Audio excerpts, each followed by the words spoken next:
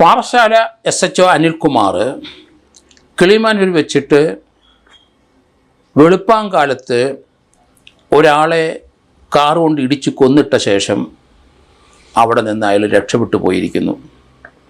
കിളിമാനൂർ വെളുപ്പാങ്കാലത്ത് കാൽനടയായിട്ട് പണിക്ക് പോയതാണ് 59 വയസ്സുകാരനായ രാജൻ എന്നയാൾ. 4 മണിക്കും 5 മണിയിടയ്ക്ക് ആ വഴി വന്ന ഒരു 800 മാരുതി കാറ്, കാരണം രാവിലെ ട്രാഫിക്കൊന്നുമില്ല, റോഡിൻ്റെ സൈഡിൽ കൂടെ നടന്നുപോയ ആളാണ്. അയാളെ ഇടിച്ച് തെറിപ്പിച്ച് അയാളെ അവിടെ ഇട്ടിട്ട് ആ കാറ് വിട്ടുപോയി. ഫസ്റ്റ് എയ്ഡ് കൊടുത്തില്ല. അയാളുടെ ജീവൻ രക്ഷിക്കാമായിരുന്നു. ഒരു മണിക്കൂർ 1.5 മണിക്കൂർ റോട്ടിൽ കിടന്നു. നേരം വെളുത്തപ്പോൾ ആ വഴി നടന്നു പോയ ആൾക്കാരാണ് ഈ ബോഡി കാണുന്നത്. അപ്പോഴേ തന്നെ അവർ രാജനാണെന്ന് മനസ്സിലായി. എവിടെയോ പണിക്ക് പോയതായിരിക്കാം. 4 മണിക്കോ 5 മണിക്കോ ഇടയ്ക്കാണ് ഇടിച്ച സംഭവം. കിളിമാനൂർ പോലീസ് സ്റ്റേഷനിൽ അറിയിച്ചു. അവർ CCTV ദൃശ്യങ്ങളൊക്കെ നോക്കിക്കഴിഞ്ഞപ്പോൾ ഇടിച്ചിട്ടിരിക്കുന്ന ഒരു മാരുതി 800 വണ്ടിയാണ്. ആ വണ്ടിയുടെ രജിസ്ട്രേഷൻ മറ്റു കാര്യങ്ങളൊക്കെ നോക്കിക്കഴിഞ്ഞപ്പം ആളെ ലൊക്കേറ്റ് ചെയ്തു. അത് ഓടിച്ചുകൊണ്ട് പോയത് പാറശാല പോലീസ് സ്റ്റേഷനിലെ SHO അനിൽകുമാർ എന്ന വ്യക്തിയാണ്. അയാൾ ഒരു SHO ആണോ ഇല്ലയോ എന്ന് തന്നെ സംശയം.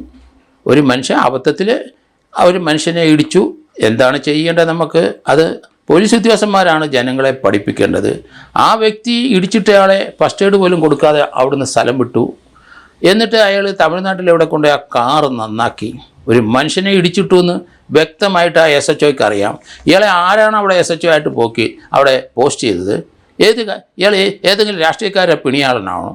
കാരണം ഒരു മനുഷ്യനെ ഇടിച്ചിട്ടിട്ട് അയാളെ ആശുപത്രി കൊണ്ടുവരുന്നെങ്കിൽ അയാൾ രക്ഷപ്പെട്ടു പോയേനെ. അയാളെ 59 വയസ്സുകാരനായ രാജനെ അവിടെ ഇട്ടിട്ട് പോയി കഴിഞ്ഞു. അയാളെ എന്തായാലും കിളിമാനൂർ പോലീസ് ഇപ്പോൾ ഒരു FIR എടുത്തിട്ടുണ്ട്. അതിനകത്ത് ഇടുന്ന റാഷ് ആൻഡ് നെഗ്ലിജൻ്റ് ആക്ട് എന്ന് എനിക്കിത് പറയാൻ കഴിയില്ല. നമുക്കൊക്കെ വണ്ടി ഓടിക്കുമ്പം അബദ്ധവശാൽ പലരെ ഇടിക്കാം, ആൾ മരിക്കാം. അത് റാഷ് ആൻഡ് നെഗ്ലിജൻ്റ് എന്നാണ് പറയുന്നത്. പക്ഷേ നമ്മൾ ഇടിച്ചിട്ട് കഴിഞ്ഞാൽ ഇറങ്ങി അയാൾക്ക് എത്രയും പെട്ടെന്ന് ഫസ്റ്റ് എയ്ഡ് കൊടുക്കാനുള്ള മോട്ടോർ വെഹിക്കിൾസ് ആക്ടിനകത്ത് നിയമം പറയുന്നുണ്ട്. അത് നമ്മൾ കൊടുത്തിരിക്കണം, ഇട്ടിട്ട് പോരുത്. അവിടെ പോയി ആവശ്യമുള്ള സഹായങ്ങൾ ചെയ്തു കൊടുക്കുക. അതാണ് മനുഷ്യത്വപരമായിട്ട് എല്ലാവരും ചെയ്യുന്നത്. ഇത് പറഞ്ഞു കൊടുക്കേണ്ടതും കാണിച്ചു കൊടുക്കേണ്ടതും ഒരു SHO എന്നുള്ളത് പോലീസ് ഉദ്യോഗസ്ഥനാണ്, ഗസറ്റർ റാങ്കിലുള്ള ആളാണ്. അയാൾ ഒരു കള്ളനെ പോലെ ഈ വണ്ടി ഇടിച്ചിട്ട് അയാൾ അവിടുന്ന് സ്ഥലം വിട്ടു. എന്നിട്ട് തൻ്റെ വണ്ടിയല്ല ഇടിച്ചതെന്ന് പറയാൻ വേണ്ടിയിട്ട് ആ വണ്ടി വർക്ക്ഷോപ്പിൽ കൊടുത്ത്, തമിഴ്നാട്ടിലൂടെ വർക്ക്ഷോപ്പിൽ കൊടുത്തിട്ട് ഇയാൾ ആ വണ്ടി റിപ്പയർ ചെയ്തെന്നുള്ളതാണ്. തൻ്റെ വണ്ടി ഇടിച്ചിട്ടില്ല എന്നൊരു ഡിഫൻസ്. ഇയാൾ എവിടുത്തെ SHO ആണ്? സത്യസന്ധനായ ഒരു SHO ആയിരിക്കേണ്ടത്. ആ വഴി റോഡിൽ കൂടെ നടന്ന് വെളുപ്പാങ്കാലത്ത് വന്നവരും രാജൻ അവിടെ ഏതോ വണ്ടി ഇടിച്ച് ബ്ലീഡ് ചെയ്ത് കിടക്കുന്ന കണ്ടപ്പോൾ അവർ ഇമ്മീഡിയറ്റായിട്ട് ആശുപത്രിയിൽ കൊണ്ടുപോയപ്പോൾ മരിച്ചിരിക്കുന്നു. ഇത് 304 ഉള്ള IPCയിലെ അല്ലെങ്കിൽ 105 BNS വകുപ്പ് പ്രകാരം ഇയാൾ കുറ്റക്കാരനാണ്. 10 വർഷമെങ്കിലും അകത്ത് പോവും. കാരണം 304A ആണ് റാഷ് ആൻഡ് നെഗ്ലിജൻസ്. 106 BNS അതെല്ലാവർക്കും പറ്റും. അത് ബെയിലബിളാണ്.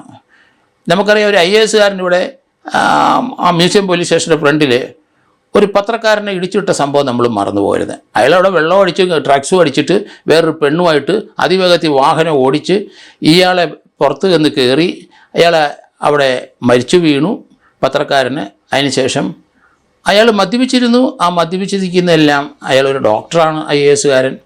അതുകൊണ്ട് ജനറൽ ഹോസ്പിറ്റലിൽ പോയി അവിടുന്ന് ഫസ്റ്റ് എയ്ഡും കഴിഞ്ഞിട്ട് ബ്ലഡ് ട്രാൻസ്ഫ്യൂഷൻ നടത്തിയെന്നാണ് ആരോപണം. എന്നിട്ട് അയാളെ പ്രതിയാക്കാതിരിക്കാൻ പോലീസും എല്ലാവരും കൂടെ ശ്രമിച്ചു. ആ കേസ് എന്തായാലും പിന്നീട് ഇവിടെ ട്രയൽ സ്റ്റേജിലേക്ക് വന്നിട്ടുണ്ട്. 304A റാഷ് ആൻഡ് നെഗ്ലിജൻ്റ് അല്ലാതെ അതൊരു 304 ആ 304 ഒരു മർഡറിന് സമാനമാണ്.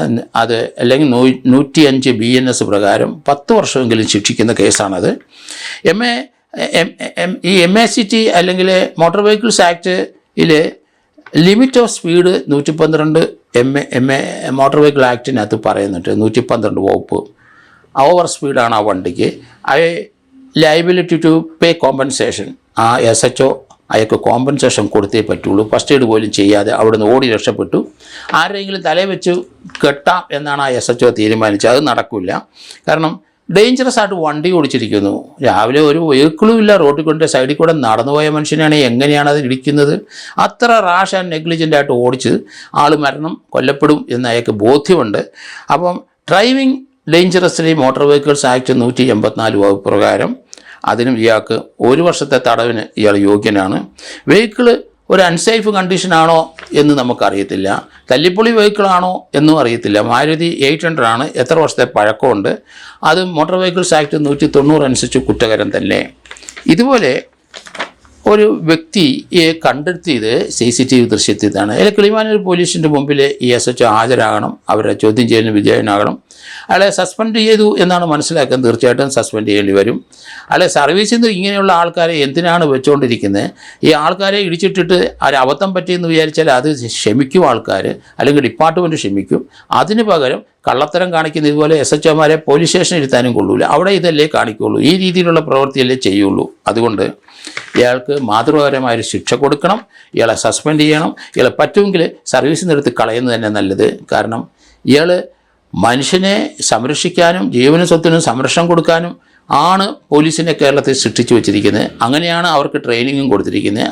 അങ്ങനെയുള്ള ഡ്യൂട്ടിയാണ് പ്രാഥമികമായിട്ട് ഒരു SHO ചെയ്യേണ്ടത്. അതിന് വിപരീതമായി ഈ രീതിയിലുള്ള പ്രവൃത്തി ചെയ്തിട്ട് ഒരാളെ മരണത്തിലേക്ക് നയിക്കാൻ കൂട്ടുനിന്നു ഇയാൾ സ്വന്തമായിട്ട്. എന്നിട്ട് മറ്റൊരാളെ പുറത്ത് കെട്ടിവെക്കാൻ ശ്രമിക്കുന്നതിൻ്റെ ഭാഗമായിട്ട് വണ്ടി നന്നാക്കി താൻ അറിഞ്ഞില്ല എന്ന് വരുത്താനായിട്ട്. എന്തിനാണ് ഇയാൾ കിളിമാനൂർ ഭാഗത്തൂടെ പോയത്? ഇയാൾ 24 hours ഡ്യൂട്ടിക്കാരനല്ലേ പാറശാലയിൽ. ഇയാൾ എവിടുത്തുകാരനാണെന്ന്, അനിൽകുമാർ എവിടുത്തുകാരനാണെന്ന് നമുക്കറിയത്തില്ല. പക്ഷേ കിളിമാനൂർ ഇയാൾ എന്തിനു പോയി? അതേപ്പറ്റി അന്വേഷണം ഉണ്ടാകും. ഇയാൾ അവിടെ എങ്ങാനും വീടാണോ, അത് വേറെ വല്ലവരും വീട്ടിൽ പോയതാണോ, വെളുപ്പിനെ 4 മണിക്ക് അവിടെ നിന്ന് ഇറങ്ങി ഓടിയതാണോ, ഇതൊന്നും നമുക്കറിയില്ല. അതൊക്കെ ഇനി അന്വേഷിക്കണം. അവിടുത്തെ സ്പെഷ്യൽ ബ്രാഞ്ചിൻ്റെ ആൾക്കാരാണ് ഇത് പാറശാല SHOയുടെ വണ്ടിയാണ് എന്ന് കണ്ടെത്തിയത്. അത് അവിടുത്തെ പോലീസ് സ്റ്റേഷൻ റിപ്പോർട്ട് ചെയ്തിട്ടുണ്ട്. പോലീസ് എന്തായാലും FIR എടുത്തിരിക്കുന്നു. സെക്ഷൻ എത്രയാണെന്നും 304 തന്നെ IPC അല്ലെങ്കിൽ 105 BNS തന്നെ ഇടണം എന്നാണ് എൻ്റെ അഭിപ്രായം.